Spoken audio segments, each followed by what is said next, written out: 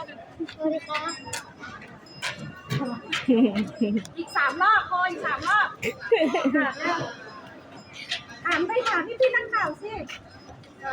แล้วก็ขอบคุณครับอีกรอบนึงโกยืนนิ่งๆค่ะพี่โกยืนนิ่งก่อนยืนยก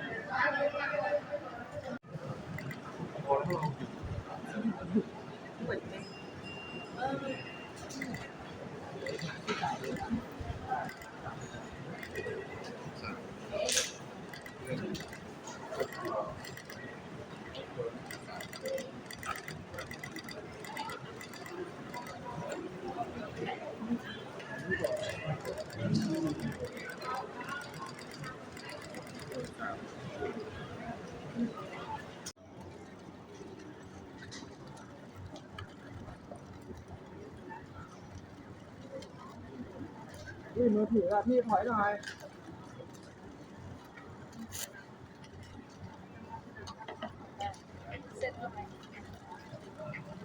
ดันนิดนึงแล้วซ้ายดันนิดนึงแล้วซ้ายครับ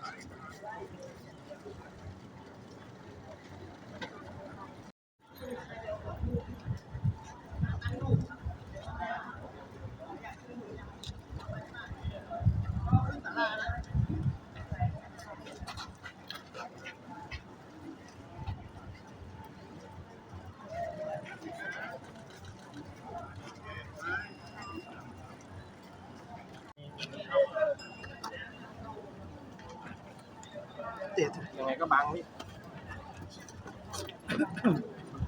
เหมือนเดิม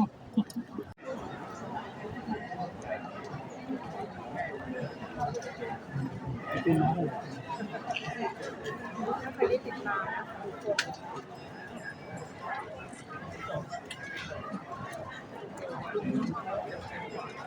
ไปยังลูก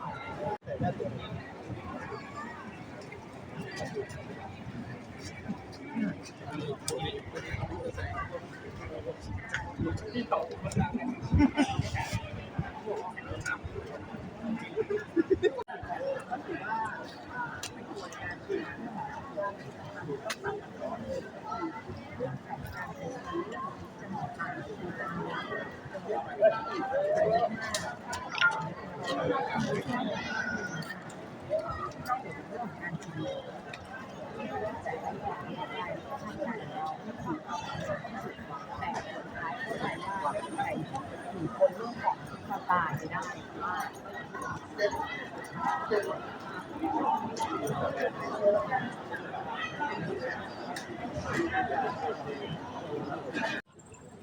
หลายสิ่งมันพวกเราเวอร์ชันที่ดีที่สุดพวกเราไม่ได้เพราะเราโชคดีนะครับที่เราได้เห็นนั่นคือบทบาทของความเป็นพ่อเอาจริงผมเองก็อยู่ตั้งแต่เด็กมาเขาจิตนะปล่อยให้เรื่องราวเป็นของมันเองและที่สำคัญที่สุดหลายครั้งมันทำให้เราได้ค้นพบตัวเองด้วยในระหว่างการเดินทางซึ่งอันนี้มันเป็นสิ่งที่เสื้อผมมันคงแอบซ่อนไว้แต่ว่ามันไม่เก่งในเรื่องของการสื่อบริเวณเก้าอี้นะคะหลังจากที่พิธีวางดอกไม้จันทร์เสร็จเรียบร้อยแล้วเจ้าหน้าที่ทีมงานของเอรอนนำของที่ไปมอบให้กับทุกท่านนะคะ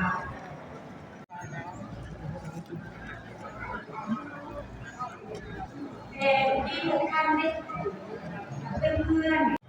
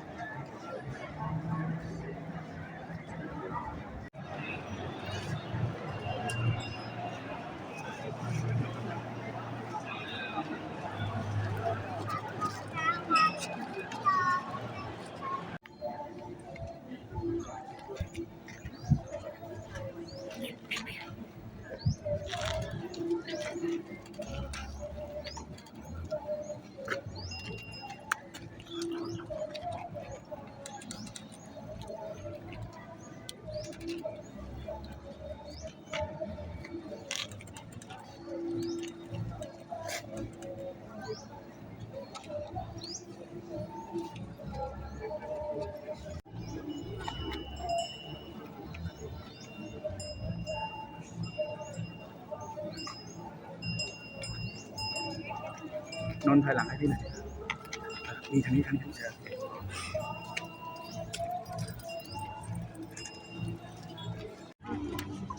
เขาให้ออก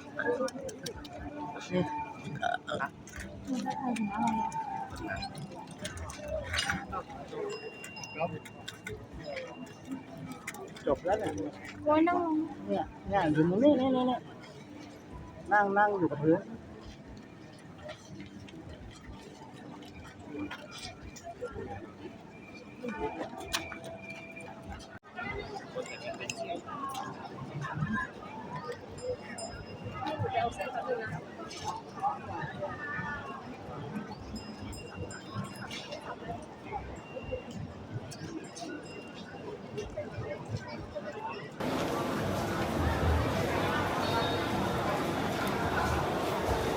ดอกไม้จันทร์จะอยู่เวร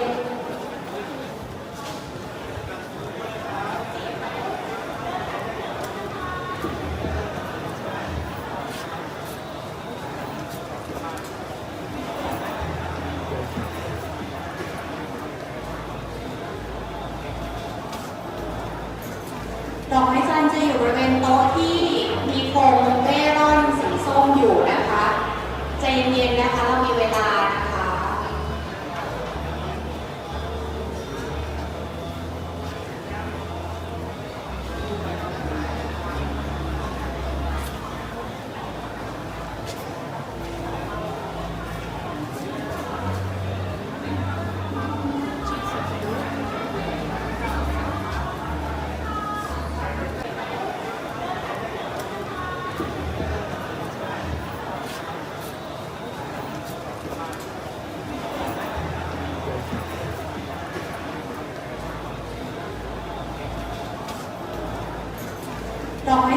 บริเวณโต๊ะ